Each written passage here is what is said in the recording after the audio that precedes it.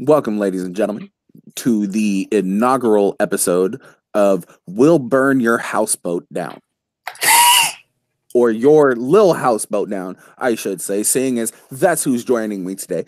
Caleb, Lil Boat, Boatman. We are here. I don't know what your screen says. I wasn't paying attention. Mom. Hi, Mom. Giving shout outs to his mom. Hi to everybody else. Hi to all the debt collectors who are always trying to get in contact with me. You ain't never gonna get a dime. Hi to the bankers who are trying to keep my credit score low just because you know what it is. You know what we do around here. So on this episode of We'll Burn Your Lil Houseboat Down, we are talking about the Oscars. Now, the Oscar nominees have just recently dropped within the last couple of days. This actually hasn't happened yet. You know, the entire spiel, the ceremony where they don't actually have anybody to host it hasn't happened yet. So we're going to sit here and we're going to do what all these fanboys do over Marvel movies, over DCEU or Worlds of DC and Star Wars movies. And we're going to speculate on what we think is going to happen. And then in 2 months when this actually happens, we're going to fucking rage quit our actual lives because our guesses weren't correct. Or we won't. You never know. We could always come back and do a, oh man, my guesses were so fucking off. Honestly, you and I should do we host the Oscars so you don't have to. Just a live stream during the Oscars where we talk and we host the Oscars. I am so down with that. You have no idea. This is like the most perfect thing. And we can get like different trivia people. We should try to get like Sean and Grant to jump in at like 1:30. Yes. Try to get, dude. No, we'll talk about this more off air. Yes. Lil Boat, how you feeling tonight? It is January 23rd. It is a Wednesday at about midnight for you, so we don't have very much time. So let's try to burn through it as quickly as possible. What are you looking for in your Oscar predictions? What is it that you think you're going to be leaning towards? Well, look, I definitely look at like what's won the Golden Globes, what's won the critics. The Golden Globes suck. Yes, but it is a bit of an indicator as far as what will win the Oscars. Look at what's won the Critics' Choice Award. Look what's nominated for the Directors Guild Award and the Screen Actors Guild Award and all of that. Just look at everything. Look at what's nominated. Look at what's won. Try to analyze that, and then also just go based on like decisions that have been made in the past, and just a combination of everything. Fair enough. So what we're gonna do is we're basically just gonna play a little bit of a guessing game and have a little bit of a conversation about each and every one of the topics that we are going to be touching on tonight. Lil Boat, you said that they normally start with Best Supporting Actress. They start with the supporting cast, work their way through their technicals, and then go up to the big couple of them. Not always, but. Well, I don't want to go against the flow of things, so that's where we'll start. Best Supporting Actress is actually where we'll tonight. I know we're just getting right into it. We're not going to plug any bullshit. We'll wait until the end to do all that. Ladies and germs, everybody who will eventually watch this. So I will.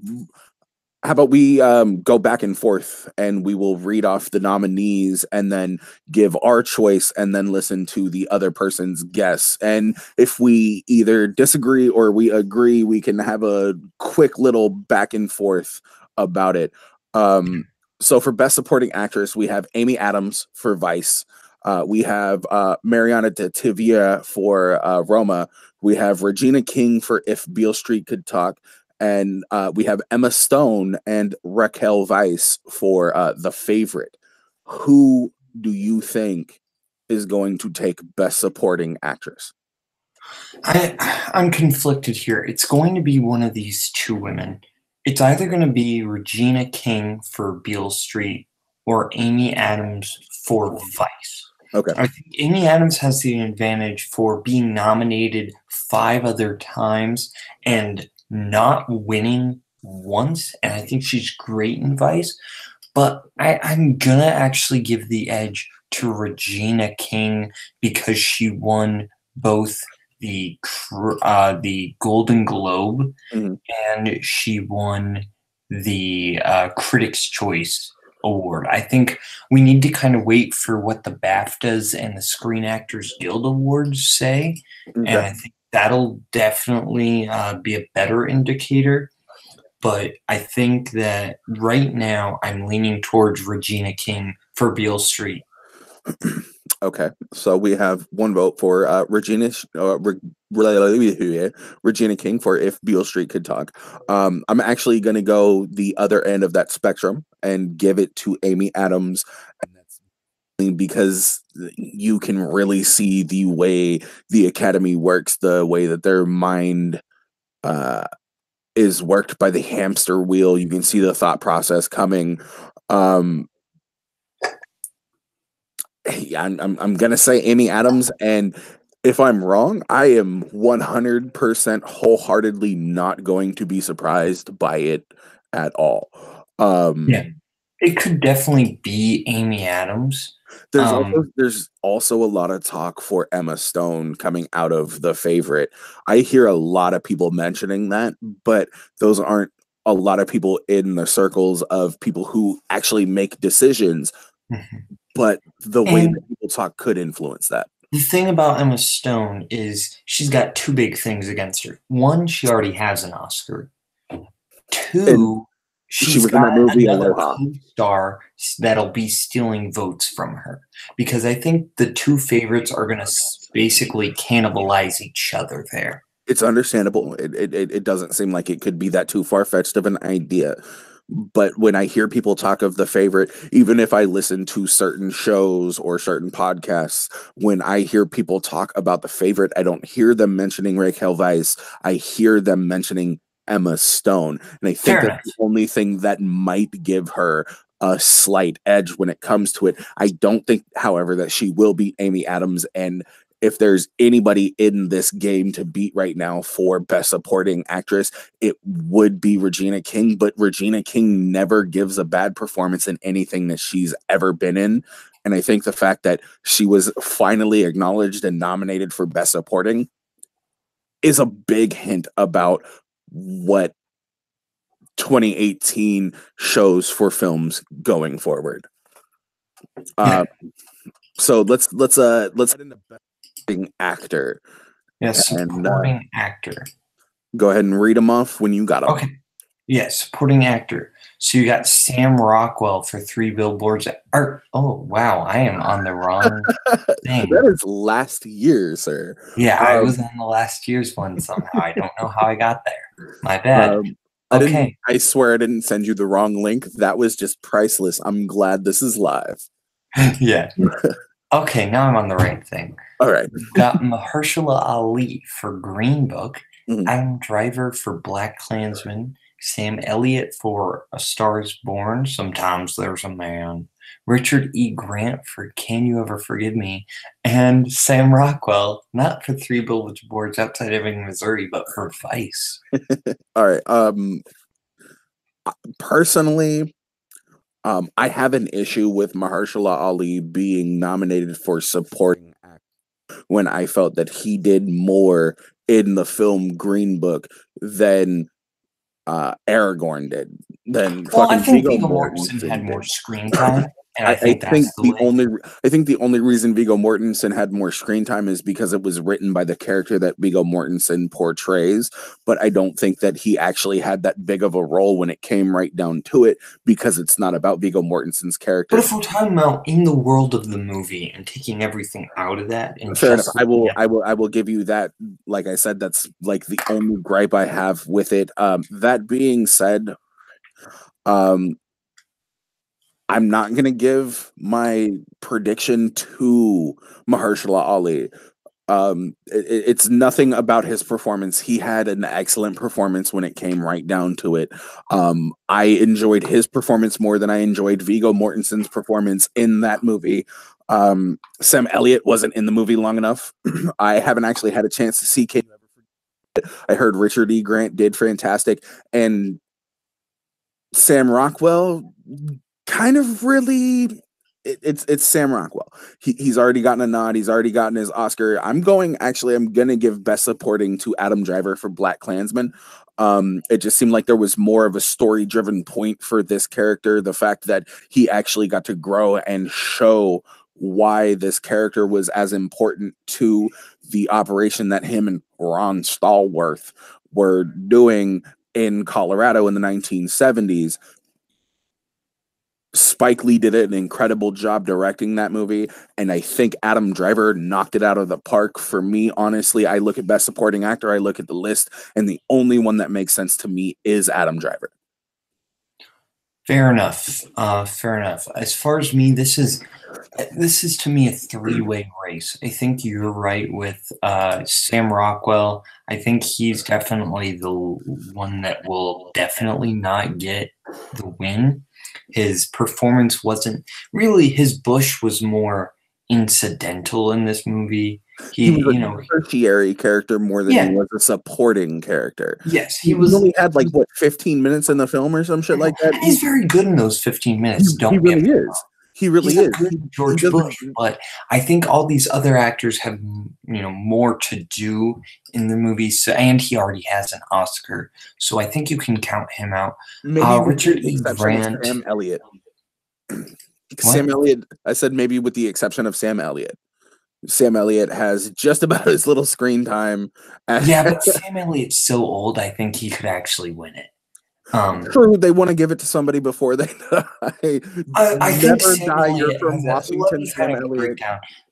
Can You Ever Forgive Me? That hasn't gotten too much buzz here. I don't think Richard E. Grant's going to win for that.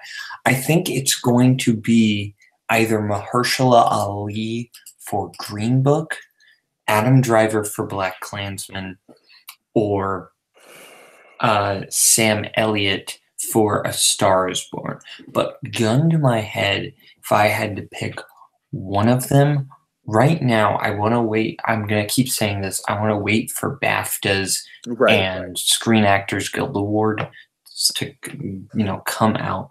But gun to my head, I think I'm gonna go with Sam Elliott because I think he is old and I think he's a good part of that movie.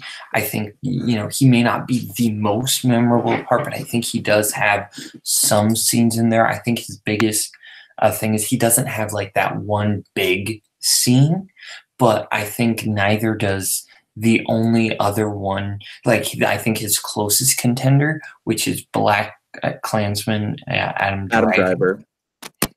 Because I think Adam Driver also he's a younger guy. He's this first nomination. He's new on the scene, and it's not like a super like scene stealing role. It's much more of a supporting. It's very supporting. He doesn't have that like big Oscar moment. I think the only one of these five who really had that big Oscar moment is Mahershala Ali. That scene in the rain in Green Book. You know what I'm talking about? Yeah, I do.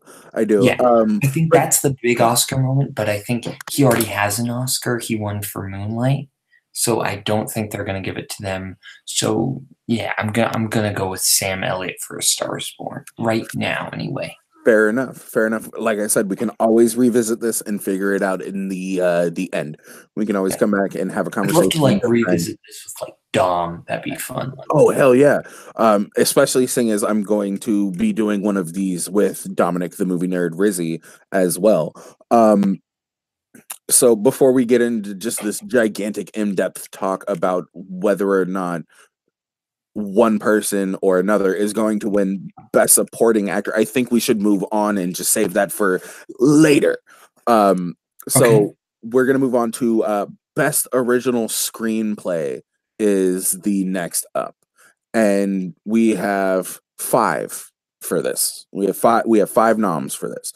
We have The Favorite, done by Deborah Davis and Tony McNamara. We have First Reform by Paul Schrader. We have The Green Book by Nick Vallelonga, Brian Hayes Curie, and Peter Farrelly. We have Roma by Alphonse Cuarón, and we have Vice by Adam McKay. Since I read them off, you go ahead and give thoughts first on what you think is going to win for best original screenplay. I think I'm gonna go with a tie between the favorite. And you know what? No, I'm gonna just say yeah, I think it's going to be the favorite. I think the favorite has this one. I think all the other four have like bigger strikes against them as far as different reasons for why they wouldn't be in. I think First Reform would be the closest, but I think it just has too many. It's not a big enough movie that I think it was largely forgotten for all the other awards. I don't think it's going to win for that. I think Vice also has a decent shot, but I think Adam McKay already won for The Big Short, and this is just I really did enjoy Vice a whole lot, but even I admit it's The Big Short, but with Dick Cheney. Like that is what this movie is. So I'm not gonna say it's Vice. Yeah, Roma. I think the language barrier is going to be a little bit of a detriment to it, and I think Green Book. A lot of the controversy is definitely not going to help it with screenplay. So I'm going to say the favorite here. It's less of a push for the favorite and more of I think all the other ones have strikes against them in some way or form. I can respect that. I can understand your thought process behind it. I'm actually tied with two. Not that it'll ever happen, but I think, to tell you the truth, it's going to be between Roma and First Reformed, just for the simple fact of subject matter, regardless of it's the language barrier. One of these movies is nominated for Best Foreign Language Film. I think it will win that as well. But if I had to choose, you're saying gun to head, I had to choose, I would probably give it to Roma just for the fact that it had a larger reach than a lot of these, seeing as it is available on Netflix, which does allow for an ease of access when it comes right down to it. Whereas somebody might not go to the theaters to see a movie like First Reform, but would wait for it to come out on streaming. If it's in theaters for 2 weeks and then appears on Netflix, you have a larger audience. And I think even with that, nobody has an issue with reading subtitles when it comes to movies. Ask anybody who's over 60 years of age, especially my grandmother. She will watch any movie. She obviously can't hear everything, so she gonna read everything anyways. So personally, I will best original screenplay to Roma. It's not that it's I can't give it to Green Book. Green Book is really just kind of this, up and coming, not necessarily by the numbers struggle movie, but that is what it is. It's a movie about racial tensions in a time where racial tensions were prevalent. First Reformed, that is, I do believe, the one where they're trying. That's the gay conversion camp movie, correct? No, that's Boy Erased. Okay, what am I? Okay, so I was thinking of Boy Erased. First Reformed is which one? That's Ethan Hawke is a priest. Yeah, no. Especially after Spotlight won the Oscar, they're not going to give it to they're not going to give it to a movie about a priest. Green Book I already talked about. Vice, not for best original screen. Literally watched it happen live on TV. There's no way they'll give that out. I'm going to go with Alfonso Cuarón for Roma. It is the story of basically him growing up in Mexico with a broken and splintered family. I think it has the best opportunity to win. I think it could be Roma, but I think to respond to your argument about the language barrier, I'm more talking about the language barrier will be the most effective during the category of best original screenplay, because that's specifically about like the dialogue of it. That's what I'm more saying, is that I just to rebut that, just because I might not be able to understand the dialogue doesn't mean, again, not that I have to read subtitles, but Just because I don't understand the language doesn't mean that I can't find it beautiful.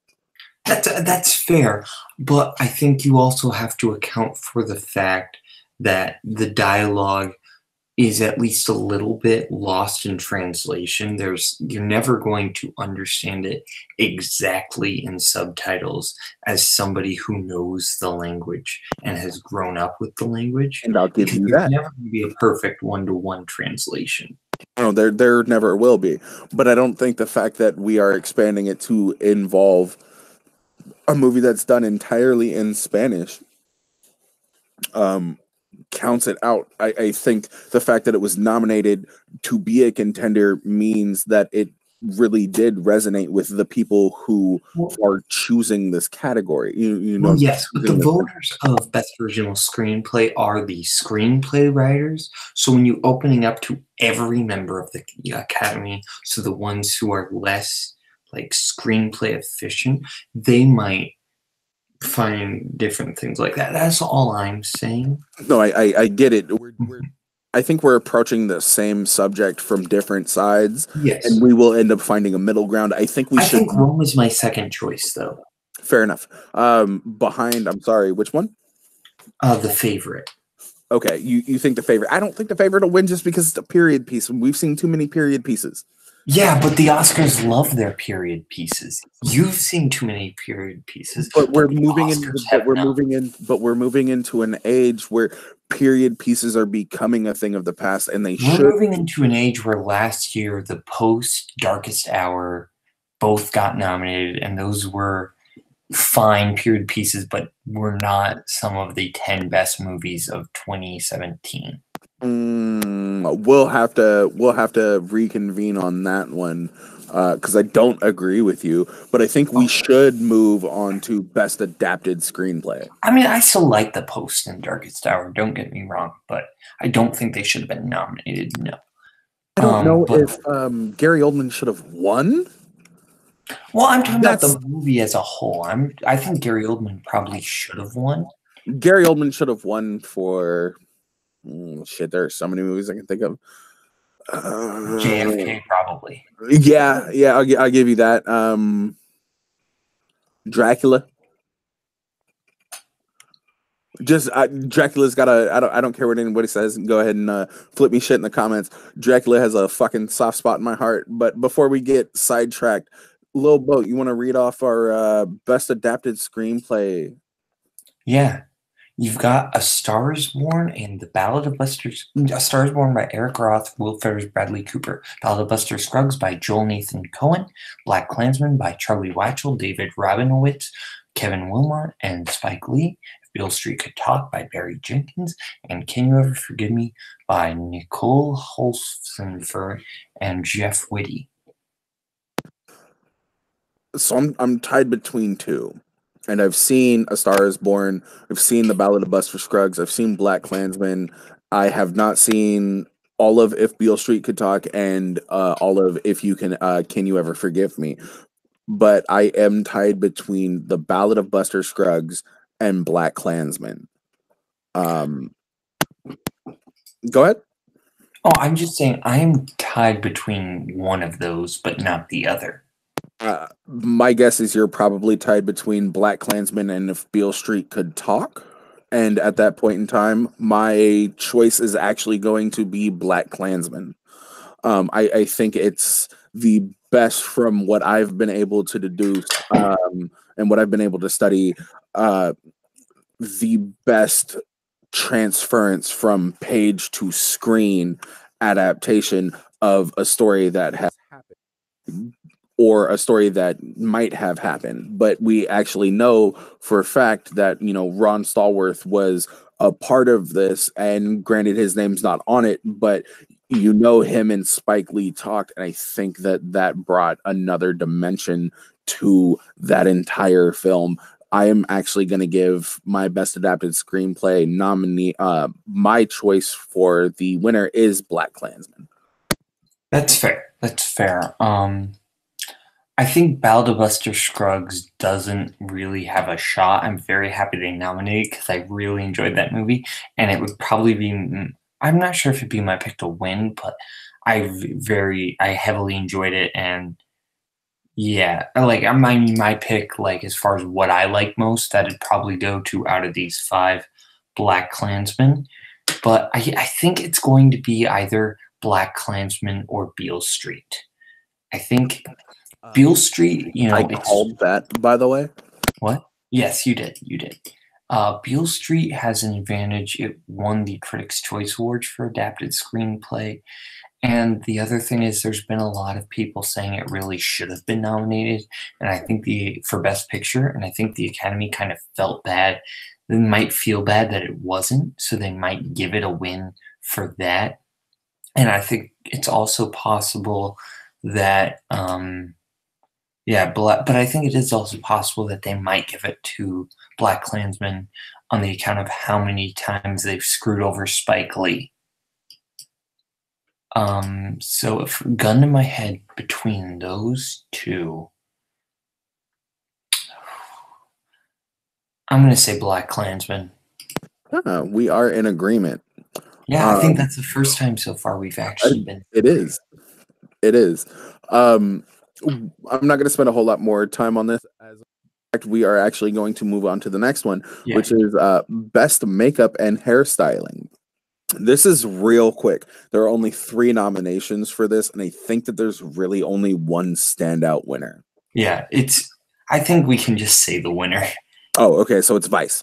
Vice, yeah, it's Vice. Yeah, it's Vice. Your other options are Border for Goran Lundstrom and Pamela Goldemammer, Mary Queen of Scots, Jenny Shikore, Mark Pilcher, and Jessica Brooks, or Vice for Greg Canham, Kate Biscoe, and Patricia Dehaney. Hands down, if you see the actors outside of their makeup and their outfits, you would never believe. And given one of them is a period piece, honestly, you would never think to see either Christian Bale or, wow, I'm forgetting his name and he's won an Oscar. Why am I doing Sam this? Rockwell? That's the one. I honestly, I could never see Sam Rockwell dressed as W. I'm not gonna lie, but wow, I almost called him Christopher Nolan. Christopher Bale. Christian Bale. Christopher Nin. Christian Bale has this really uncanny ability to inhibit everybody that he portrays. It's why you believe him in movies like The Prestige. It's why you believe him to be Bruce Wayne. It's why you believe him when he plays in The Machinist and he drops 80 pounds to play this emaciated individual. He's following in the footsteps of like Robert De Niro when Robert De Niro was in Raging Bull and had all that weight and got a fucking heart condition from gaining all that weight. There's a physical aspect to it, but there's also the aspect that you have to take into consideration that I don't think a lot of people do when it comes to best costumes. You have to find the thing that if you look at a character outside of their face, but you just look at what they're wearing, it portrays power, it portrays their character. And I think even from the very little that I've seen of Vice does that. Yeah. Not that you disagree with me on that, but yeah, I think Vice. It's the clear. It's just the clear winner. I don't think. Yeah, we need to spend too much time on Vice. Oh, I said costume. I meant best hair and makeup. Yeah, hair and makeup. Vice not nominated for costuming, actually. No, you're right. So I'm an asshole. Watch me put my foot in my mouth later on a stream. It probably won't happen, but all right. Do we move to best costume design? I do. And I think that there's another clear-cut winner here, but I will read them all off. We have, for best costume design, we have The Ballad of Buster Scruggs with Mary is a Forest. We have Black Panther with Ruthie Carter. We have The Favorite with Sandy Powell. We have Mary Poppins Returns with Sandy Powell. Another double nod. That's surprising, to say the least. And Mary Queen of Scots with Alexandra Byrne. Lil Boat, who do you think's got this one? I'm giving it to Black Panther. I think either The Favorite or Mary Queen of Scots could have won, but I think both of them being like Victorian era period pieces, they're going to cancel each other out. And I don't really see Ballad of Buster Scruggs or Mary Poppins really going for it. I think the only other heavy hitter left is Black Panther. I think Black Panther, you've got those really unique Wakandan costumes that you have for them. I do think it's going to win for costume design. Um, I think this one's going to win. I think this one's going to win for the culture. Ruthie Carter's definitely got the backing of it. The fact that she took 6 different cultures from African heritages and brought them into one place and made them mesh so well really does speak to a whole lot of things, even including the Afrofuturist design that they were bringing into it. They brought old and new together and created something so beautiful. I don't think that any of the other 5 movies that are involved in this category, I'm sorry, 4 movies that are involved with this category have a chance, just for the simple fact that had to be so intricate and they had to be so different when it comes to every portion of every culture that is involved in almost every single scene of this movie. When you look at it, yeah, it blends very seamlessly, but without gathering the correct things, without breaking the ground that somebody might have had to break. You could have chosen several different tribes or nations that didn't mesh very well together. And the fact that all of what she chose, all of what Ruth Carter chose, blended so well, I think that's what gives her the distinct advantage for this Oscar. And I will be highly surprised if she doesn't win. Plain and simple. Yeah. Okay. Best cinematography now, right? Yep. All right. Should I read them off? Oh, please. Okay. The Favorite, Robbie Ryan, Never Look Away, Caleb Deschanel, Roma, Alfonso Cuarón, A Star Is Born, Maddie Libatique, Cold War, Lucas Zoll. And I think the clear winner is going to be Alfonso Cuarón for Roma. Yeah, I agree with you. Yeah, I don't think there's any debate. I think none of these are two heavy hitters here. Yeah, I think it's without a doubt going to be Alfonso. Alfonso's movies always look amazing. That's the one key. Yeah. That's one thing that you can always expect from a Quran movie is the fact that they look fantastic. I don't think I've ever watched an Alfonso Cuarón movie that hasn't been visually just a feast for my eyes. Nom nom nom nom nom. I'm not gonna talk on a whole bunch of these. I think we should just move into best original song. Yeah, no, I agree. I agree. Okay, so for best original song, we have All the Stars from Black Panther, done by Mike Spears, Kendrick Lamar, Duckworth, and Kendrick Lamar, Duckworth, and Anthony Tiffith, with lyrics by Kendrick Lamar, Duckworth, Anthony Tiffith, and Selena Rowe.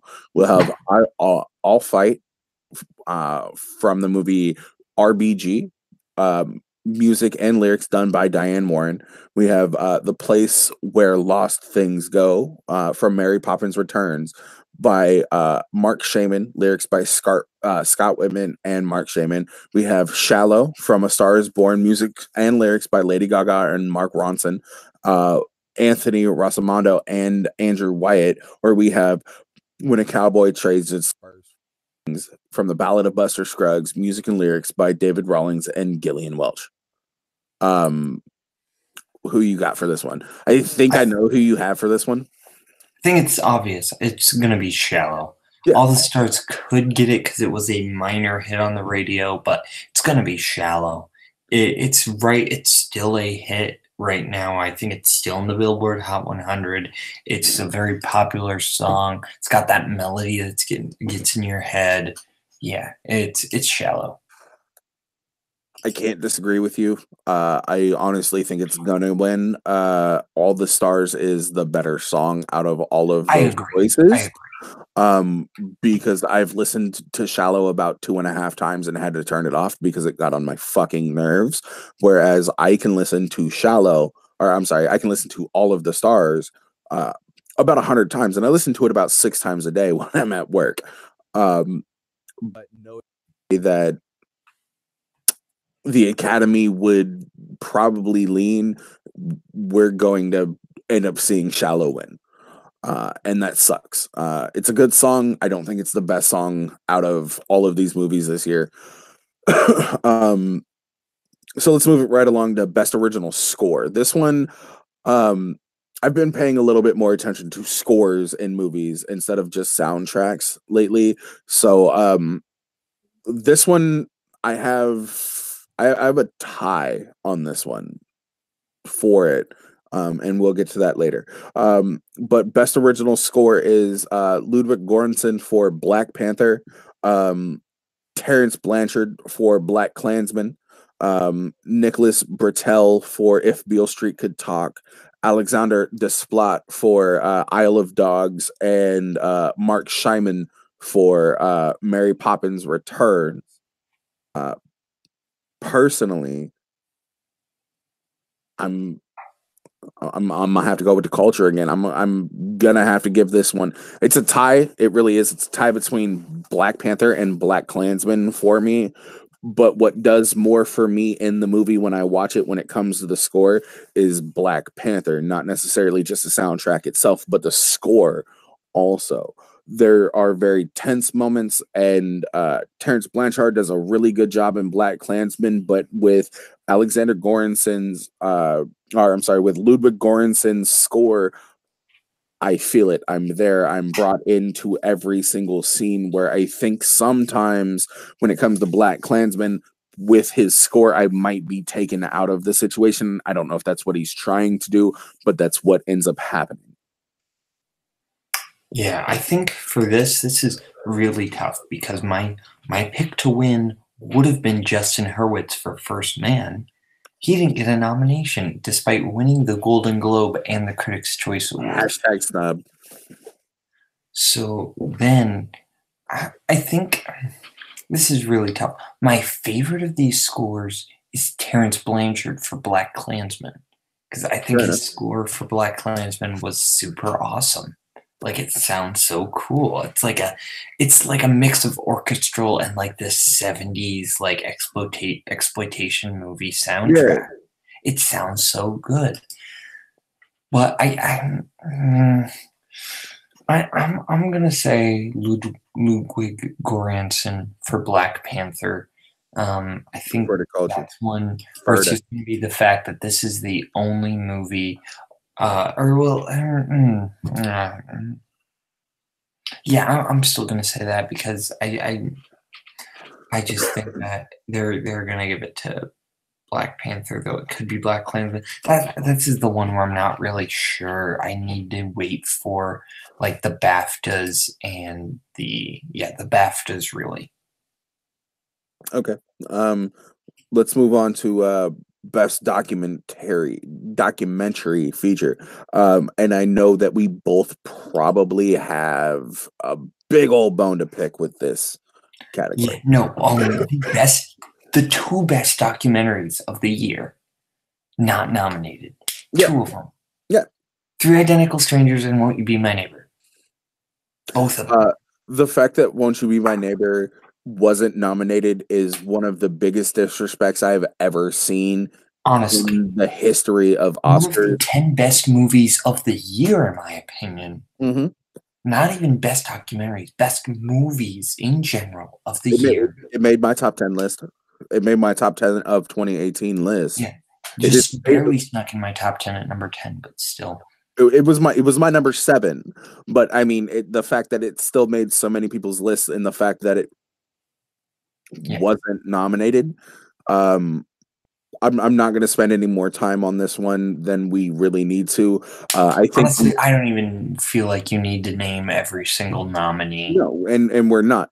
We're just gonna at this point in time we're gonna name the one that we know that's gonna win, and it's gonna be RBG, and we can move on.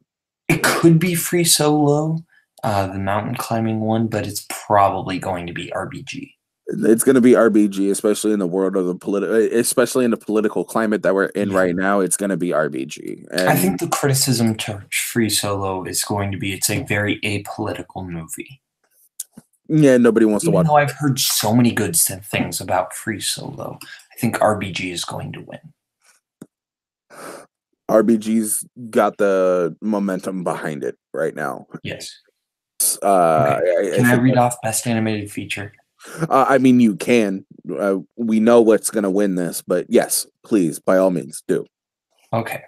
I'm going to read off Best Animated Feature, and I'm going to do it like this because I just want to hide my excitement. Where is it? Here it is. Okay. Incredibles 2, Isle of Dogs, Mirai, Ralph Breaks the Internet, and Spider-Man Into the Spider-Verse, baby. That one. I was so I'm not 100% sure what your pick is. Why don't you elucidate on that? Lil Boat, what do you think is going to win Best Animated Feature? Spider-Man Into the Spider-Verse, baby.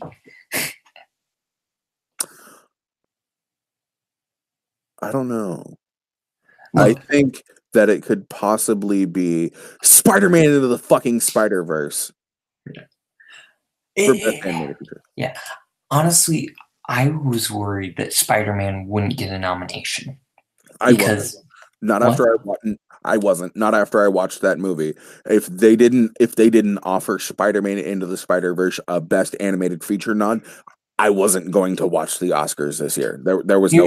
Here's my thing though, because like, the Pixar and Disney, they have a very tight stranglehold on that category, and the people who pick, who do the nominations, it's not the whole Academy; it's just the people in animation. Mm-hmm. So, which is largely the people in the Academy are Disney and Pixar people, typically because they've won. So they have a lot of people in those categories.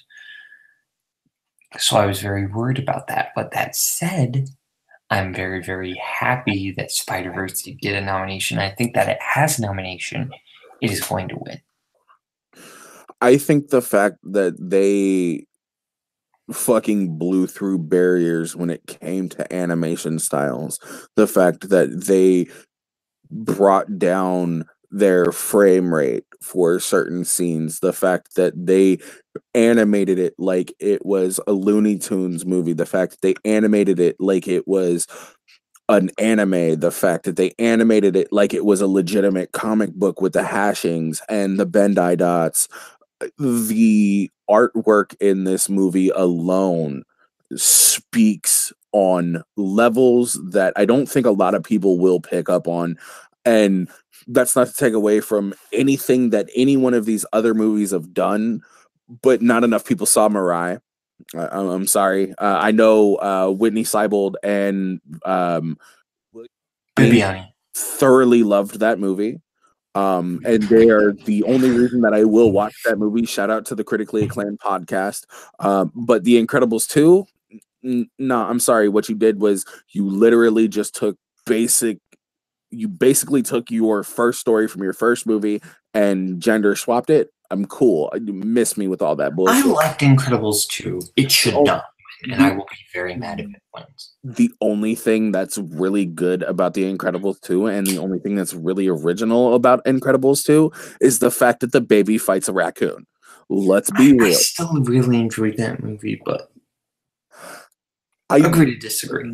The more I've watched that movie since it came out, the less it lives up to the hype. And I think more people will agree on that. Isle of Dogs, I know there's a lot of cultural backlash when it comes to this movie. You have all of the human characters speaking Japanese, which is very nice, but then you have all of these Japanese dogs or all of these other types of dogs being speaking American. Suspension of disbelief. It is what it is. There's a controversy behind it, or at least there was. I don't care about all that. It's not that great of a movie. It's really not. Ralph Breaks the Internet. It's another sequel. I think the only sequel that should be nominated, or threequel that should be nominated for a best animated feature would belong to Toy Story. And you can fucking fight me on that all you want. But Spider-Man Into the Spider-Verse is the only clear winner in that category. Yeah. I think Incredibles 2 could pull maybe it off, but I don't think it should. No. I'm actually going to be thoroughly pissed off if that fucking movie wins. Yeah, I will be very mad as well, but I think it could happen. I don't think it will, though. It fucking better don't. Best foreign language film. Yep. Best foreign language film. We have... There's a clear winner here. There really is, and I think that there's a little bit of a caveat to that as well, and we can get into that after I've named them. We have Capernaum from Lebanon. We have Cold War from Poland. We have Never Look Away from Germany. We have Roma from Mexico, and we have Shoplifters from Japan. Lil Boat, who you think's winning? I'm gonna say Shoplift. Of course it's Roma.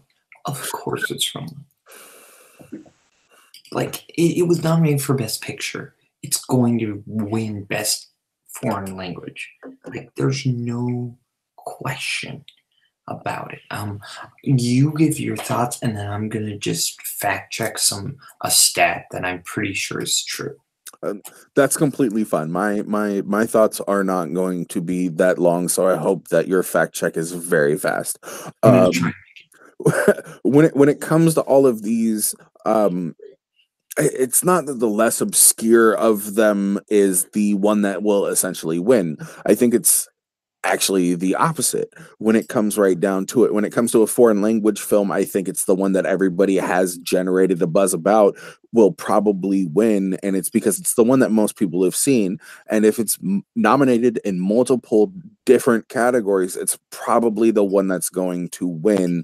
And I think it is Alfonso Cuarón's Roma. I agree with you wholeheartedly, and it's nothing against these other films. It's that literally nothing has been said about these. I don't even know if a third of them are actually available for the everyday average Joe to consume when it comes to watching a movie. And I think that leaves a majority of those choices at a hindrance. But the fact that like 80% of people have seen Roma gives it a big advantage. So I have to follow your path. I have to go with Roma. Yeah, I think every movie that has been nominated for Best Picture and Best Foreign Language Film have won Best Foreign Language Film. Okay, so we'll go ahead and go with the stats on that, and we'll go with Roma. Let's move on to Best Sound Mixing. Best Sound Mixing. Okay, the nominees for that are Black Panther, Bohemian Rhapsody, First Man, Roma, and A Star Is Born. And let's just combine sound mixing and sound editing because let's face it, they're pretty much the same thing. That's Black Panther, Bohemian Rhapsody, First Man, A Quiet Place, and Roma. The only one for editing that I could make a case for by itself would be A Quiet Place. I think A Quiet Place will win editing. So we've gotten two categories out of the way. We've gotten one out of the way, and we're getting through the middle of one right now. Best Sound Mixing. I'm sorry, I'm going to give this to Bo Rap. Yeah, no, I agree. I Okay. agree. When you've got a big musical movie like that, Bohemian Rhapsody, definitely. Even though I haven't actually seen Bohemian Rhapsody yet, I think that will win. I can't believe you haven't seen it yet. It's been out like 2 months, 3 months. Well, it's still not in theaters, and I didn't see it. It's not in theaters where you're at? It's not in theaters anymore, no. Hmm. And check your $2 theaters, bro. Because it's I still don't have in. any $2 I theaters was gonna by me. say it's still playing literally the fucking AMC up the street for me AMC is $2 where you live? on Tuesdays. Okay, never mind. It is still at some theaters. I didn't know that. He I said, should go see it. quick fact check. So we'll move on to best production design since we kind of blew through those two real fast. Best production design is Black Panther, The Favorite, First Man, Mary Poppins Returns, and Roma. Lil Boat, what is your gut response to these five? There's a clear favorite, and it is not the favorite. It's Black Panther. Ooh, for me that is favorite. What? I said to me that is the favorite. That's the thing. And it goes back to the argument that I made for Ruthie Carter and her costume design. It's the fact that they seamlessly blend multiple cultures into a realm that is infinitesimally smaller than where it actually takes place, and it works so well. I think that Hannah Bleacher and Jay Hart are going to win for Black Panther. I think we're both in agreement on this. Yeah, so you do think Black Panther is going to win? Yes, I do. Okay, I thought you said that the favorite was going to win. Oh no. I thought you said that the clear favorite was the favorite. I was just confused. No, I said the clear favorite was Black Panther. Oh, okay. I was just That's what I confused. said. No, you're good. Off our best VFX. Visual effects, it's going to be Infinity War. The nominees are Infinity War, Christopher Robin, First Man, Ready Player One, and Solo, a Star Wars story. First off, I want to know who paid the fucking critics or any member of the Academy to actually nominate Solo. Yeah, no. Because the visual effects in that movie are not good. Yeah. You can The only other thing I'd give it, like I'd compete it with, is Ready Player One, and which Ready I think Player probably One should win, but I think it's going to be that good. I didn't like the movie. Yeah, but I think the effects were neat. It was too uncanny valley for me. Fair enough. But I think that's going to be a hindrance for the movie that's coming out here in the next couple of weeks. Alita: Battle Angel. A lot of people are saying that they thoroughly enjoyed that movie. I don't think that it's going to get a lot of praise from the layman who goes to watch it because it's going to be difficult for them. You're right. The only other movie that I think might have a chance in this category would be Christopher Robin, and it's by the slightest of margins. But they make Winnie the Pooh look so fucking real in that movie. And Winnie the Pooh is a large part of my childhood. But we also have to take into consideration that a majority of the people in the visual effects department are, in the age range category of, we'll say, 25 to 40. So the fact that Christopher Robin was nominated means that there are enough people out there who thoroughly enjoyed it and have it could be a nostalgia thing. Don't get me wrong. I'm not going to say that it's not. It could very well be a nostalgia thing that gets Christopher Robin the nom. I will have to say, however, you're probably right. I think Infinity War is going to take this in best visual effects. All right. Moving on to film editing.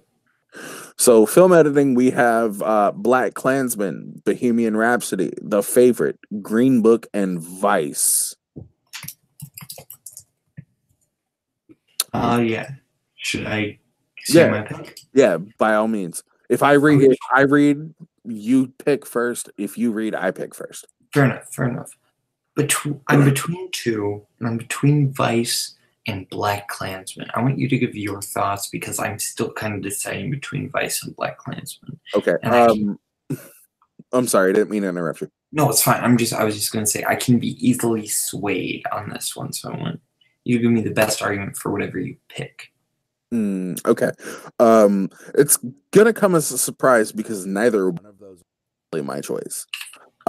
My choice for best film editing is going to be Bohemian Rhapsody. I think Bo Rap will win best editing, and I think a lot of it really comes down to the fact that it was so clean when it came to its editing, not its pacing, but its editing, mind you. It was so clean that they had such a struggle picking portions of the Live Aid performance that they didn't want to cut out, that they included the entire Live Aid performance on the Blu-ray. I know that doesn't affect the choices made, but when you have such difficulty figuring out what it is that you're going to edit out because the scene is so perfect, but you can't have a 28-minute scene and you really only need a 12-minute scene, when you make the difficult choices that you make and you still come out with a shot for shot version of something that was put out live and it still looks incredibly well done, and there aren't very many jump cuts, there's not a whole lot of like shaky cam and all this bullshit, you can legitimately watch this, and that you can watch the Live Aid performance of Bohemian Rhapsody and then go back and watch Freddie Mercury at Live Aid, and you will see how well the editing is done. It's almost non-existent. They've done it so well that it doesn't even seem like it happened. Fair enough. I'm going basically the opposite logic for you because I'm going to movies where I notice the editing very much, and I think when it comes to the Academy, they typically like things that you notice a lot and things that are in your face. And I think the two movies that had very in-your-face editing this year were Black Klansman and Vice, and I'm gonna go with Vice actually. Because I think Vice had very unique style of editing. It was very Adam McKay, Big Short-esque. I think it was very quick cuts, very noticeable. I think it was actually, you know what? I am gonna see. I'm very close between Black Klansman and Vice, but I liked the editing in Black Klansman. I just thought that Bohemian Rhapsody did it better. I thought the fact that almost every single one of the edits, but I thought the fact that the cuts were nearly seamless I'm and the going way with that it was. Okay. Black Klansman's my pick because of that scene where you see the KKK watching Birth of a Nation, and then you also see the guy telling the story about like the you see Harry Belafonte. That's Harry Belafonte. Yes, it is. Yeah. I think that scene, the edit, it relies so much on the editing. It does. That's a very good argument. I will take that into consideration. Personally, that's a very powerful scene. Yeah. If that scene fails to awaken any sort of emotion within a human being, you're probably a sociopath. And they did a very good job on that. I still can't give it to Black Klansman. I still have to give it to Bohemian Rhapsody. Yes, you want, you mentioned that you want to see a whole bunch of people want to see where the edits are. Makes a movie look jumpy and choppy. What I would like to see is smooth transitions, smooth edits, smooth cuts when it comes to something like that. And I know you haven't seen the movie yet, and it might be one of those reasons why you're hesitant to agree with me. But once you watch the movie, I'd love to have another conversation with you about this. because I think you might actually be swayed to my side. I think that Bohemian Rhapsody, especially the fact that there were two directors, with very different styles, and it still came together to form a cohesive movie, really goes to show that editing was on point in it. Yeah. And I did see that the reason I thought it wasn't at my local theater, is because it was not at my local theater last week. And now that the Oscar nominations have been announced, they've put it back in. Of course. Trying to squeeze a little bit more money. A little bit. Yeah. Best animated short, or did you have a little more that you wanted to add to that? No, I had nothing more to add. I think we can, or not best animation, never mind. Yeah, best animated short. Do you want me to read that one? Not really. Let's bust through these very quickly. Let's bust through these. It's gonna be Bao. It's Bao. Bao is going to win. The Pixar one about the dumpling boy. Yeah, it's the only notable one. Nobody knows the other ones. It's Bao. And honestly, best live action short, best documentary short. I have no idea. I will say that it's probably going to be Marguerite, because it's the only one I've heard anybody talk about. I couldn't tell you what it's about, but it's the only one I've heard people talk about. Fair enough. And I haven't heard anyone talk about any of them, so I'll just also say Marguerite. For real. And we can come back to it later on, and if we're both wrong, we're both wrong. But something tells me we're both spot on with that, bruv. So last, before we get into the big ones, right here is best documentary short. I have no idea.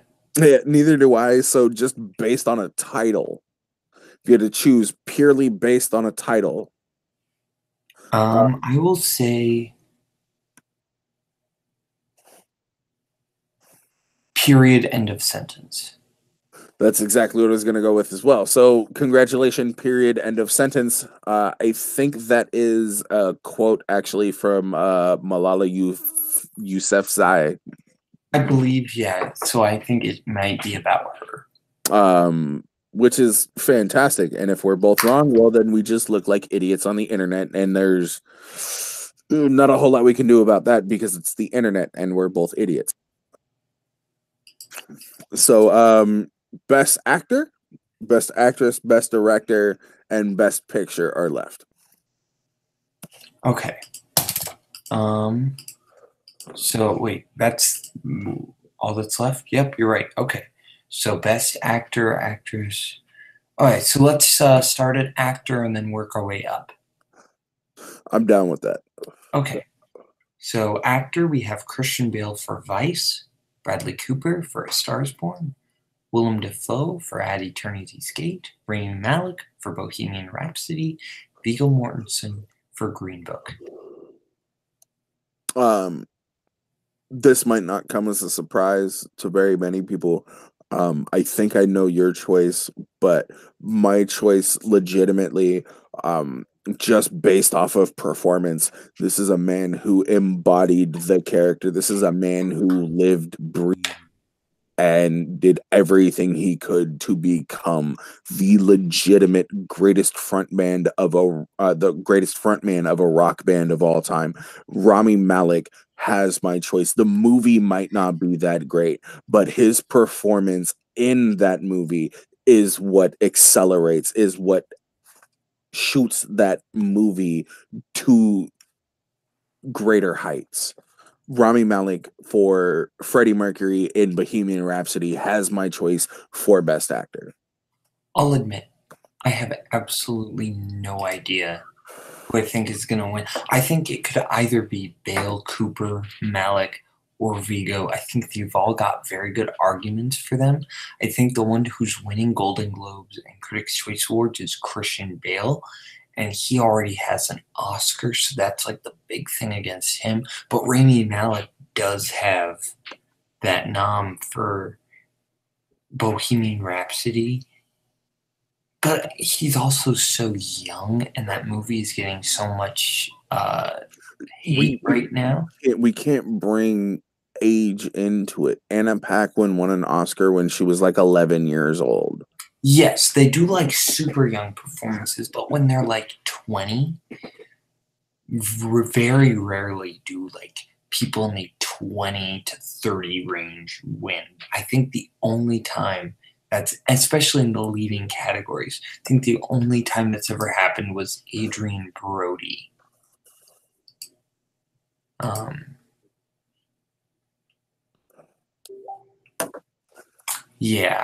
I'm going to, but I think I'm still, you know what? I think because they didn't give him Best Director, or no, I'm between Malik and Cooper, actually.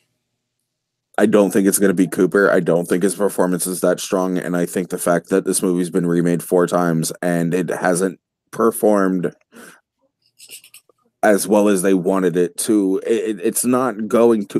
What do you mean it hasn't performed It's not as good a movie as super successful. Every single one of them are super successful. But that if that movie was the first of its kind, it wouldn't be as great as it is. I'm sorry, you hate me all you want. It's not that good of a movie. Hot take. I don't care if that's what you want to fucking call it. But we're talking about the performance here. It doesn't matter. Rami Malek has a better performance in. But I think the fact that Bradley Cooper has been nominated so many times, then he should have acted better. It's the exact same thing I'll say. It's the exact same thing I'll say about Leonardo DiCaprio. Act better or pay more money to the people that you're sitting there saying, oh, hey, maybe you should consider this guy.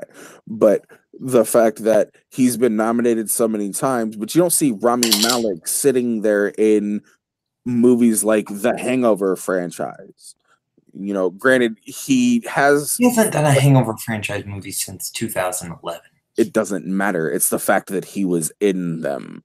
But you have somebody like Rami Malek who came out of almost perpetual obscurity. Yes, he was in Night at the Museum movies, but nobody's going to be like, oh yeah, I remember Rami Malek from those. They're like, oh yeah, I remember Rami Malek from Mr. Robot, or I remember Rami Malek from that one time he played that one dude. For an individual with less buzz behind him to gain the actual nod for Best Actor, I think that gives him a little bit more credence than somebody who's been nominated 4 or 5 times and still hasn't won. I think the fact that he has been nominated so many times, they typically like to let these people get a large amount of nominations and then they give them the award. And I think this is the year that Cooper could do it. I think, like I said, I need to wait for the BAFTAs and the Screen Actors Guild Awards. I think specifically Screen Actors Guild. If I think if Rami Malek or Bradley Cooper or Christian Bale win the Screen Actors Guild Awards, whoever wins that is going to win the Oscar. If it's Viggo Mortensen or Willem Dafoe that win the Screen Actors Guild Awards, then it's a tie between them and everybody else. Then that brings them closer to the running. But I think if it's one of those 3, whoever wins, then they will win the Oscar. But right now, I'm leaning towards Cooper. I am not. And we can move on to Best Actress. I think there's a clear winner here. I agree with you. I think there's a close second. I don't think anybody's close here. I think of the big 5, this is like the most obvious. It's the most obvious. That doesn't mean that it's the best choice. I don't think it's the best. I mean, I haven't seen the movie that I think is going to win. You know what? We'll say it at the same time on a 3 count. 3, 2, 1. Lady Gaga. Close. Okay. The fact that I so totally second guessed what I thought you were going with is because I didn't go with the choice that I thought was going to win. I went with the one that I thought you thought was going to win. No, no. I just said I haven't seen the movie that I thought was going to win. You know I seen A Star is Born. I obviously didn't pay attention to all of that, but my legitimate choice for myself to win this would probably be actually Melissa McCarthy for Wow. "Can You Ever Forgive Me." Um, I, I know it's a little out there, but this is a very big difference between the Melissa McCarthy that we come to know and sometimes tolerate, sometimes be annoyed by, and for the most part love. But I think she has a legitimate chance. This isn't fucking pratfalls and body comedy. This is her giving seriousness a legitimate.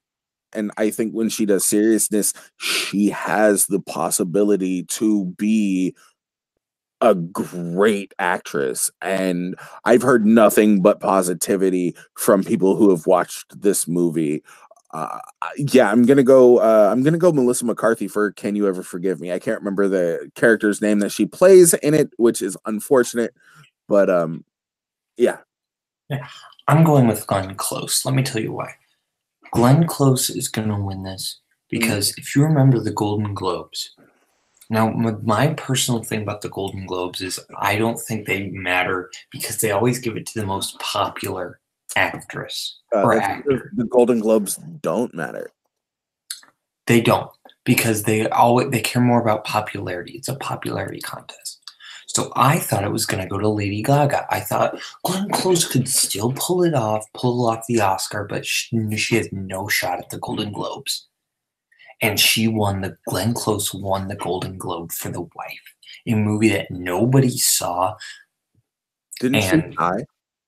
No, it wasn't a tie. Glenn Close won. What are the two ties from the Golden Globes? I'm sorry, I'm not trying to derail your thought process. Was there a tie this year? There were two ties this year. You sure you're talking about ties, or you're talking about the fact that they award Oscars for drama and musical or comedy? No, at the Golden Globes, there were two ties this year. I'm fact checking that right now. Yeah, by all means. In movies, there were no ties. In TV, let me look. There were no ties. So I don't know what you're talking about. No, I'm talking about the Critics' Choice Awards. I'm being stupid. I'm talking about the Critics' Choice Awards. Okay, yes. And she did tie with Lady Gaga at Critics' Choice. But I think if you look at the Oscars, they love to give those nominations as career Oscars to people who have been around a very, very, very long time and to people who are old. And I think Glenn Close has been winning an Oscar forever and ever and ever. She's been this close.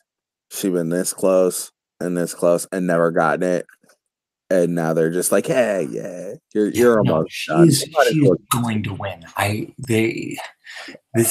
She is going to win, or she is going to punch a bear in the face, Leonardo DiCaprio style. Like FNA Cotton, FNA. Yeah, honestly, she is going to win this one. I have no doubts about it. All right, I know you've been up real late, and you got stuff to do in the morning. We have two categories left.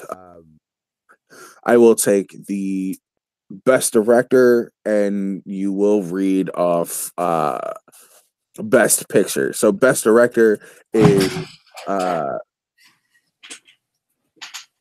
I'm sorry, to me, I have a clear winner for this. I'm between two. Same here. But there is an argument to be made for a very close tie. But our nominees are Alfonso Cuarón for Roma, Yorgos Lanthimos for The Favorite, Spike Lee for Black Klansman, Adam McKay for Vice, and Paweł Pawlikowski for Cold War. Go ahead and give me your thoughts first. It's going to be either Alfonso or Spike. Yeah, I can't disagree with you there. Those are my two. Those are my real close I'm ones. leaning towards. Oh, No. Go ahead. Go ahead. I'm leaning towards Alfonso because Really? what? I said really. Because he won the Golden Globe and he won the Critics' Choice Award. Now, if Spike wins the BAFTA and he wins the DGA award, then it's a different story. But I think based on the fact, You're not willing to bet on the over under on it. sorry, what? You're not willing to bet against the spread on it. Um, what do you mean? It's a sports term. It means that you already have one clear favorite. You're not willing to bet against that. Yeah, okay. Um, yeah, I think that Alfonso has won those two. I think, but if he can't get the BAFTA and he can't get the DGA, especially if Spike gets the DGA, then Spike's going to win. Hands down, when it comes right down to this category, I look at all of these directors and it's not a close place for second. I think Alfonso Cuarón is going to come in second. I think that Adam McKay will come in third. Not that there's really a third because he only fucking give one person the award. But Spike Lee made not only one of the most politically and racially charged entertaining movies of last year, but he made it in such a way that you can't look at this movie and be like, oh no, that's bullshit. A, because it's based on a true story, and B, because it's portrayed so well on screen. And you know, we've talked about it several times now that the Academy does like to give awards to people who have been nominated multiple times and have yet to win. And not that it's a gimme award, but I do think that Spike Lee has, I do think that Spike has earned his due, and I do believe that Black Klansman is the movie to win Best Director this year, hands down. Yeah, I think it's going to be between Spike and Crone. I just because Crone won Critics' Choice, because Crone won Golden Globes, that's where I'm like it might be Crone, especially I think if Roma will end up winning Best Picture like I think it will. I know that's a little bit of a spoiler for what I think, but I think that then that's a big thing for that. But right now, I want Spike to win. I want him to win, which is why I think they'll probably give him Best Original Screenplay because they want to give him an Oscar, don't want to leave him go home empty-handed. But I think they're going to give it to Alfonso again. I don't think they literally. I don't think if they give Spike Lee Best Adapted Screenplay, I don't think they can get away with not giving him Best Director. Again, this is something that we can always come back to. They've done that before where they've given, like Barry Jenkins, they gave him the adapted screenplay for Moonlight, and then they didn't give him director. They gave Damien Chazelle director for La La Land. Yeah, I still don't think La La Land, but I mean that's just what I'm saying. No, I completely understand. Go ahead and read off Best Picture for me, but because Best Picture's our last category. We're getting into the bread and butter. We've gone through the top 4, the ones that everybody thoroughly watches it for. Now we are there. We are at the seminal point. We are at the Best Picture nominees. Now, not saying that the movie that I pick or the movie that Lil Boat picks will win, but I'm pretty sure that we might be on opposite ends of the scale, but at least one of the movies that we pick will probably win. You can follow along, or you can tell us how wrong we fucking are down in the chats, or you can follow us on Facebook, Twitter, Instagram, and Letterboxd. And we will get to those plugs later, or we won't. The entirety of the video to find out. All right. Black Panther, Black Klansman, Bohemian Rhapsody, The Favorite, Green Book, Roma, A Star Is Born, and Vice. Sorry about that. I think that this is the largest swath of movies that we've had since they expanded it to 10 movies for Best Picture. Well, they've had them go for the full 10.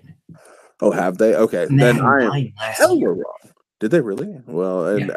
I didn't much care for movies that came out in 2017, so we'll not talk about 2017.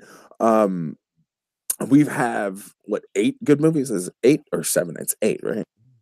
3, 4, 5, 6, 7, 8. It's 8. We have 8 right now. And out of all of these, I legitimately only have 2 that could possibly win. And they've been brought up time and time again for different categories throughout our entire prediction process. It's either going to be Black Klansman or it's going to be Bohemian Rhapsody. It's not going to be either of those 2, in my opinion. It's going to be A Star Is Born. I don't think they'll give it to a 4-time remake. I don't. I legitimately don't. Did I say A Star Is Born? You said A Star Is Born, yes. I am sorry. I meant Roma. Fair enough. Guys, I'm serious. The envelope said Roma.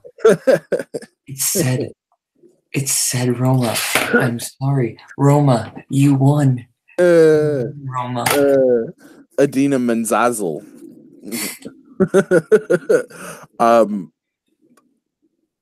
I think that it was a fantastic movie. I thought that it was really well done. But I think that the entire snafu, the flub, the bullshit, the fuck up that the Academy had with trying to add in the most popular film category at the beginning of the year last year is really what drove them to even give Black Panther the nod. Had they not had that, I don't think that it would be nominated. Not that it shouldn't be nominated, but I think that that's what drove them to nominate it. Black Klansman is the only movie I watched in theaters last year where I legitimately cried just because it showed how shitty things could possibly be. And I think that that's what gives it the edge over Bohemian Rhapsody. But Bohemian Rhapsody, everybody's like, oh, it's a biopic, it's a musical, it's by the numbers. And I think a lot of people miss the point of that movie. The movie doesn't portray itself as a biopic. That movie portrays itself as a movie about the band Queen. And if that's what you take away from that, that's what you take away from that. But that isn't a movie about the band Queen. That is literally supposed to be the story of Freddie Mercury. And if it's a little exaggerated, that's what it's supposed to be. The Favorite, I can't say much. There aren't enough, but there are also too many nominations for that movie, if that makes sense. No, the ones that definitely won't win, in my opinion, like that have no chance, is The Favorite and Vice.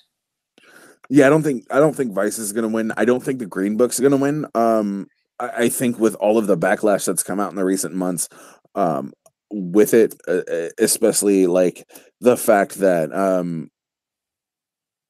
Doc Shirley's family didn't want the movie to be made is one thing, but the fact that maybe what the fuck is Viggo Mortensen's actual real life counterpart might have fibbed when it came to everything. Frankie Long Valley, whatever the fuck his name is,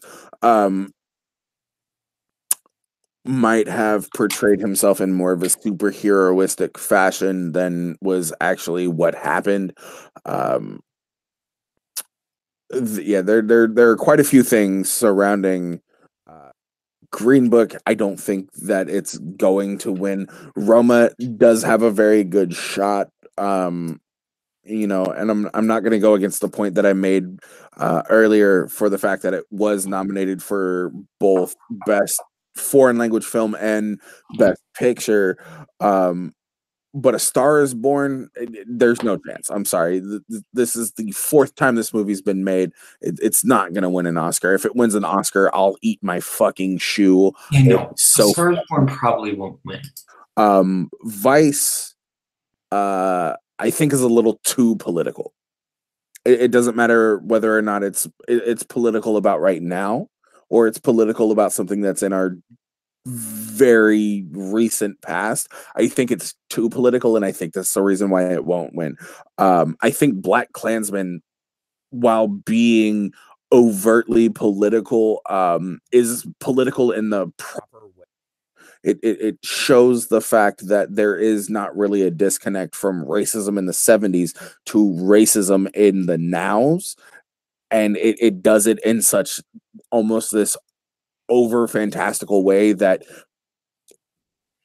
it seems like it's over the top, but it's not, because you can turn on the TV and you can see the same over the top and bombastic bullshit happening on the TV, and people are like, still, how did this happen in the 70s? How is it happening now?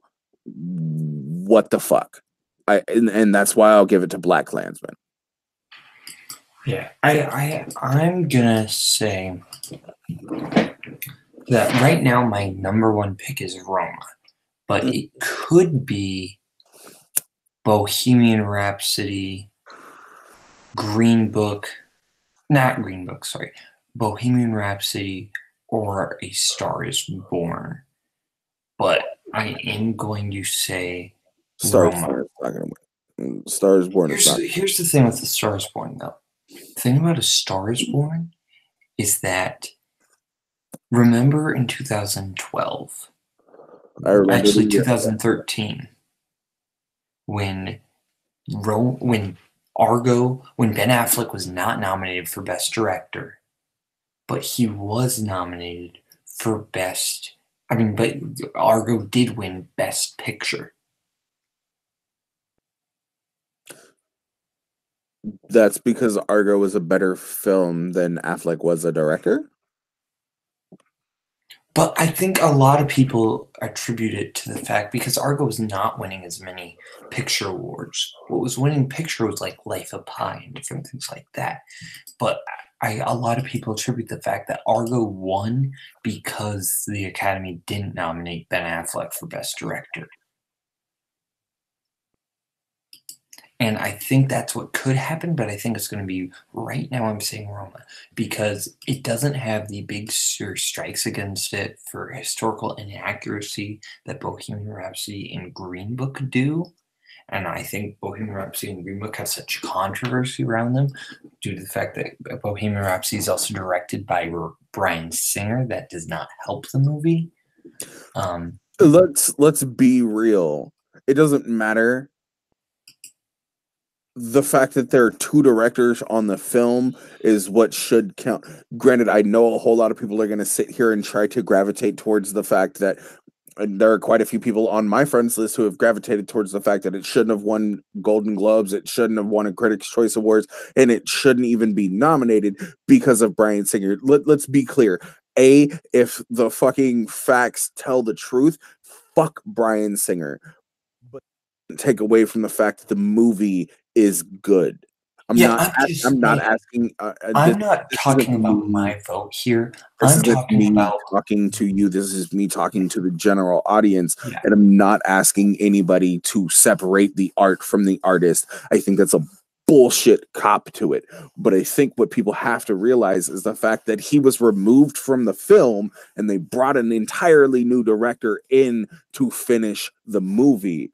And you cannot sit there and penalize the person who they brought in to finish what this fuck up started and be like, oh yeah, no, yeah, because Bryan Singer's name was attached to it in any fashion, fuck this movie. And yeah, and that's what I got to say on that one. Sorry, that shit irritates me. The thing about the thing about Roma is that it doesn't really have any big strikes against it. I think it's the only one that has won. I think Black Klansman could do it, but it hasn't won like any of the other awards. I think if Black Klansman can pull off a BAFTA, it'll win. Or it could win. But I don't think Black Klansman's going to pull off the BAFTA. So I'm guessing it will be Roma. I love the fact that you're taking all of these other awards into consideration. I don't think you need to. I think what's laid out before you, whether your guess is right or wrong, whether the stats go with what it is that you're saying or not, you should be able to, just with the nominations, be like, I think this one's going to win. It's not like we're having a competition here. We're doing this all for fun. But I like to be very accurate with my Oscar predictions because I consider myself pretty good at Oscar predictions. In 2016, for films released in 2015, I got every single one of my predictions right except for 2. So I consider myself pretty good at prediction. Are you trying to start a war here, Balaki? No, I'm just saying that I. Are you trying to go point for point right now? Are we gonna sit here and be like, oh yeah, no, I got more points? I know you're not. Don't worry.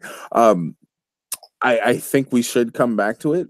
I'm gonna at least watch this after it's been uploaded because I'm gonna write down all of my nominees and my guesses, and If then you could write down mine too as well. Hey, who the fuck do I look like? Do I look like scribe to Alexander the Great? Fuck. Yes. Well, son of a bitch, you got me there. I probably do. I probably can. I mean, if you're watching it back through, I'll probably listen to it at work. Oh, fair enough. But regardless, it's not like I couldn't write them down. I can do it probably. I ain't worried about all of it.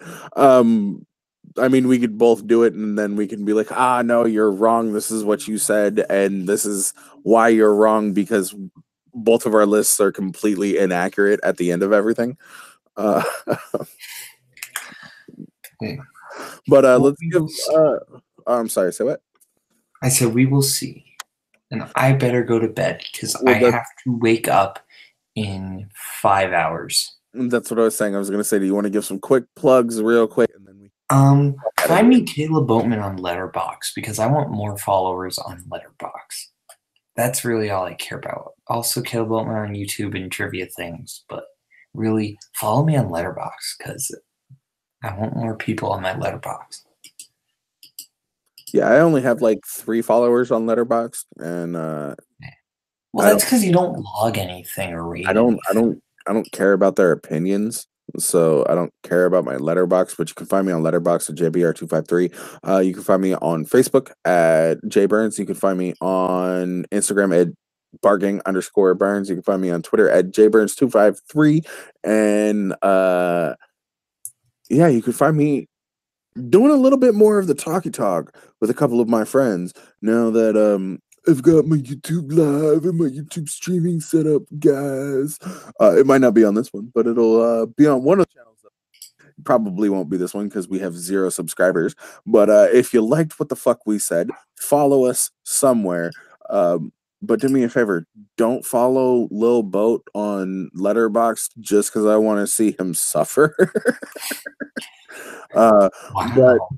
for Caleb, the Lil Boat Boatman, and for myself, Jay the Arsonist Burns, this was uh We'll Burn Your Houseboat Down. We are out for right now. We will be back with a follow-up episode talking about our prediction winners and losers, and we'll pat ourselves on the back.